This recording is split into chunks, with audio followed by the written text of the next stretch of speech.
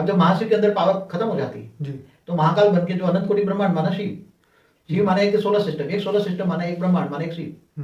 तो अनंत कोटि, जैसे आज साइंस वाले बता रहे हैं कि हमारे ब्रह्मांड में अरबों सोलर सिस्टम है, तो अरबों ब्रह्मांड है, अरबों शिव है, तो एक शिव, तो अरबों शिव बराबर एक महाशिव होता है। ऐसे भी अरबों महाशिव बराबर एक परम महाशिव यूनिवर्स होते हैं। तो ये 5000 साल से ऊपर का ही ज्ञान, 5000 साल का तो वर्ल्ड ड्रामा ही नहीं है, बेहद का ड्रामा। इनके वाणियों में बोला है, बेहद का बाप बेहद के बच्चों से बेहद की बातें करते हैं, बेहद का ड्रामा का आदि बचत का राज समझाते हैं। तो बेहद का ड्रामा है तो समय भी बेहद का है ना।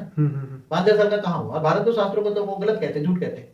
तो जो अज्ञानी है, छोटे छोटे अज्ञानी बच्चे होते हैं, प्राइमरी स्कूल में पढ़ने वाले बच्चे हैं, मैं तो उनको प्राइमरी स्कूल में केजी में पढ़ने वाले बच्चे हैं, जिनको कुछ भी नॉलेज नहीं है, ऐसे अज्ञान रूपी अंधेरा फैलाया हुआ है। तो बाबूजी अभी जो साइंस डेवलप हो रहा है या आगे आने वाली दुनिया जो है, तो उसमें शिव, महाशिव और परम परम महाशिव के बारे में जो आप बता रहे हैं, तो वो सब प्रूफ होता जाएगा जो साइंस वो तो आगे साइंस के साधन भी ऑलरेडी अथॉरिटी कर रहा है, सब उतार रहा है, इंस्पिरेशन देकर काम करा रहा है साइंटिस्टों से।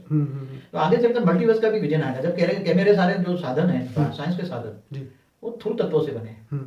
जब ये सूक्ष्म तत्वों से या परम तत्वों के बन जाएंगे आगे चलकर, तब परम तत्वों के साधन मल्टीपल यूनिवर्स नहीं, मल्टीपल यूनिवर्स ऐसे खरबों हैं, ऐसे खरबों यूनिवर्स के विजन आएंगे उसके अंदर, खरबों मल्टीपल यूनिवर्स के विजन आएंगे। बाप जब कहेगा तो अंत में साइंस भी ढूंढते ढूंढते हमारे पास आएगा और परम तत्वों के साधन होंगे और ये दुनिया भी परम तत्वों में बदल जाएगी, तत्वों से तत्व परिवर्तन होगा। ये स्थूल तत्व धीरे धीरे तीन तत्वों में परम तत्वों से परिवर्तन। मतलब ये है कि शिव से आगे बहुत ज्यादा बड़ी दुनिया है। कुछ नहीं है, शिव तो इनिशियल स्टेज है। जैसे हमारे लिए जो शिव है, जैसे सागर में एक बूंद बना एक शिव, समझ में आए? शिव तो कुछ भी नहीं, जैसे प्राइमरी केजी की पढ़ाई शिव है, एक ब्रह्मांड है, समझ में? तो बाबूजी ये ब्रह्मा विष्णु शंकर के बारे में जो हम जानते हैं उसके बारे में क्या आप कहते हैं? हाँ, शिव, ये ब्रह्मांड का शिव ब्रह्मा द्वारा सृजन करता है, विष्णु द्वारा पालना करता है, शंकर द्वारा विनाश करता है। ये शास्त्रों में लिखा है, ये ब्रह्मांड के बारे में है। मगर एक ब्रह्मांड, एक सोलर सिस्टम, एक सूर्य क्या है? कुछ भी नहीं।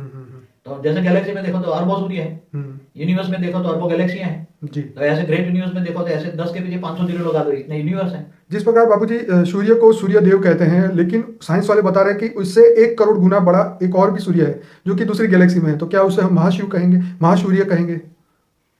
देखो ऐसा है जी, सूर्य तो बड़े बड़े हमारे गैलेक्सी में मिलियन टाइम्स भी है और दूसरी गैलेक्सियों में बिलियन टाइम्स भी है, मगर उसको हम महासूर्य नहीं कहेंगे। सूर्य सूर्य ही रहता है, चाहे छोटे बड़े हो।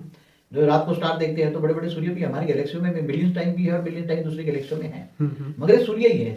महासूर्य तो बीच में जो महाशिव है वही बीच में सेंटर पॉइंट में जो है वो महासूर्य है, महापरमधाम जिसको कहेंगे, महाअमर लोग कहेंगे, मगर वो परम तत्वों का बना है। महासूर्य कोई भी तत्वों का नहीं होगा, जितने भी तत्वों के बने हैं सब सूर्य है। महासूर्य महाशिव परम तत्वों का बना होता है, परम प्रकाश का बनाता है। जैसे हमारे सेंटर पॉइंट में आप देख रहे हैं कि वहां जो सेंटर पॉइंट में बहुत पावर है, इसलिए बीच में ही खरबों सूर्य कितनी स्पीड में घूम रहे हैं आसपास, किसकी स्पीड में, कितनी ग्रेविटी, किसकी ग्रेविटी से बने। तो अभी साइंस वाले पहले ब्लैक होल कहते थे, व्हाइट होल कह रहे हैं। तो व्हाइट होल से ही सब कुछ कहते हैं, सूर्य बने हैं व्हाइट होल, मगर व्हाइट होल जो है व्हाइट दिखाते हैं, उसके सेंटर पॉइंट में वो लाइट तो दिखेगी नहीं, वो परम लाइट है, डिवाइन लाइट है, वो तो तुम्हें दिखेगी नहीं।